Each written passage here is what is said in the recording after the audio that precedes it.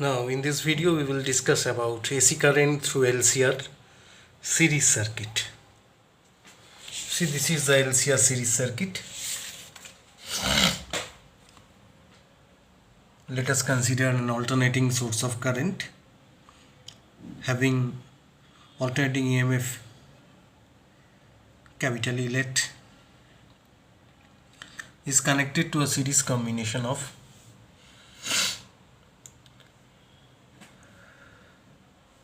inductance, capacitance and resistance. At any instant, let us consider the instantaneous value of CR circuit current in the values of EMF and current in this circuit is VC and VR. VC and VR respectively.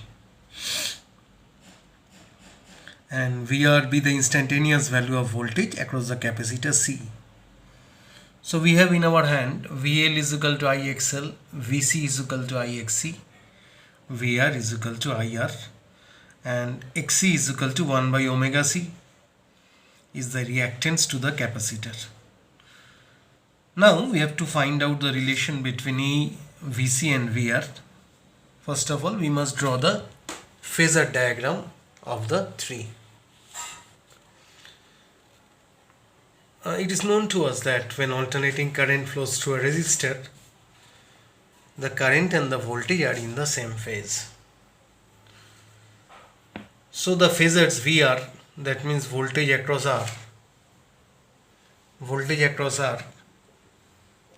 and current, they are in the same phase and is considered along the x-axis.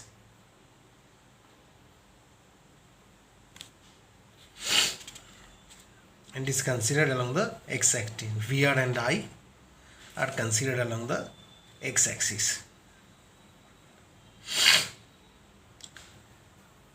Now, if we consider AC circuit containing L only, VL leads I by phase angle pi by 2. So the phasor VL is represented along the y-axis, OY. Again, in an AC circuit containing C only, VC lags behind I by phase angle pi by 2. Therefore, we must represent VC along y-axis in the negative direction, that means along OY. So VC is indicated by black arrow and black straight line. With light blue straight line I have indicated I and VR, and VL is represented with a light blue arrow in the upward direction. Finally, we are considering that OA, OB, OC represents the magnitude of the phasor VL, VR, VL and VC respectively. So if we consider the right angle triangle EAO, we will get from Pythagoras theorem OE is equal to OA square plus AE square. That means OA means VR square and AE means OD. A is equal to OD, that is VL minus VC whole square, because VL in the upward direction and VC in the downward direction. If we consider VL greater than VC, we may also consider VC greater than VL, then there will be a little difference between the two diagrams. I will explain it through mathematical explanations. So E is equal to under root, OE is considered to be cap E.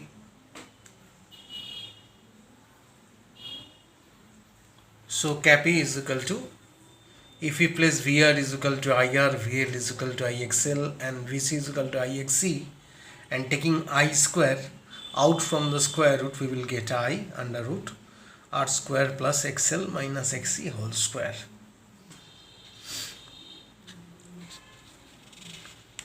E is equal to I.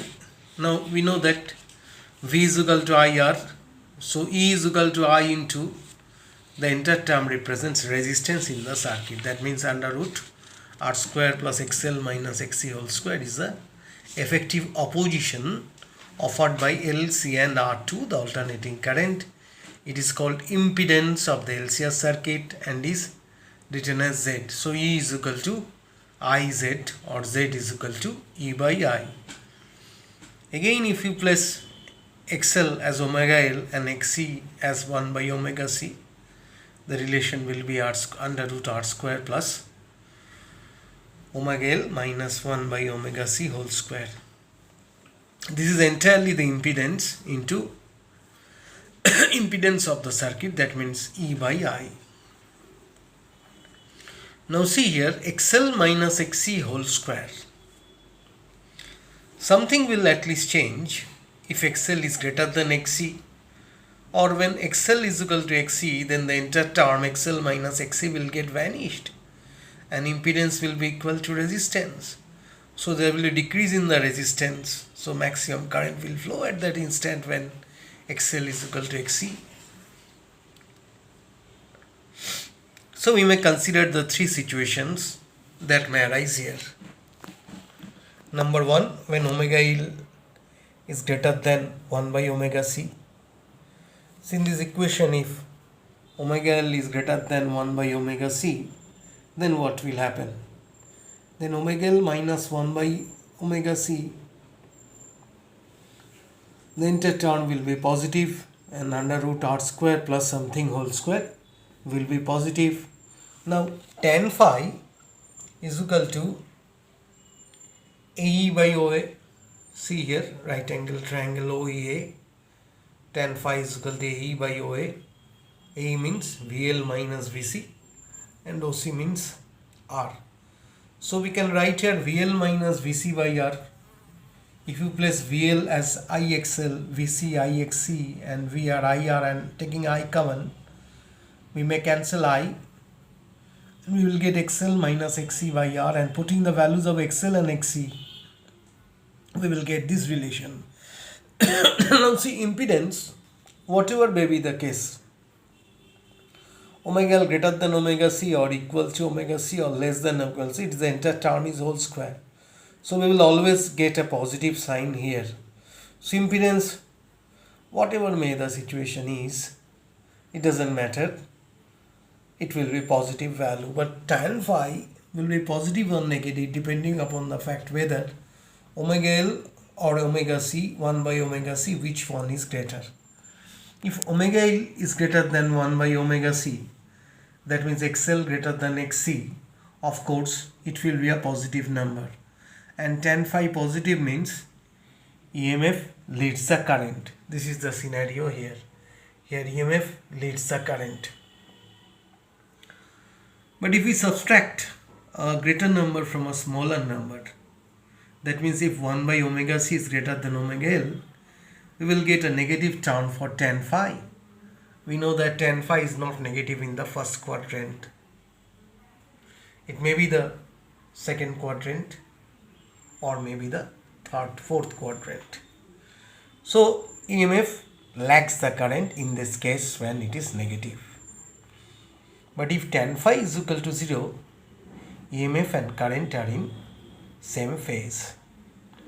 And when tan phi is equal to 0, EMF and current are in same phase. So now if we consider this situation, omega L is equal to 1 by omega C, then what will happen to the impedance? The impedance will be equal to Z is equal to under root R square plus omega L minus 1 by omega C, both are equal and will give you 0. So the impedance will be nearly equal to the resistance of the circuit. This is a situation which we called as resonance or electrical resonance. Resonance or electrical resonance. We have studied resonance in sound in lower classes, where when the natural frequency of the body is equal to the frequency of the applied periodic external force, then resonance occurs, the amplitude suddenly increases. Nearly similar situation takes place during electrical resonance. Now omega L is equal to omega C. If you cross multiply, omega square is equal to 1 by LC. So omega is equal to root over 1 by LC. If you place 2 pi f in place of omega, you will get 2 pi f is equal to 1 by under root LC. Cross multiplying, you will get the frequency. This is the natural frequency at zero resistance. So this is the condition for electrical resonance. When the frequency of the applied voltage becomes equal to the natural frequency of the circuit, resonance occurs. Now we will discuss in detail in a follow-up video. So this is the condition for resonance. Now for resonance, the impedance is minimum. Why? Because Z is equal to under root R square. That means Z is equal to R.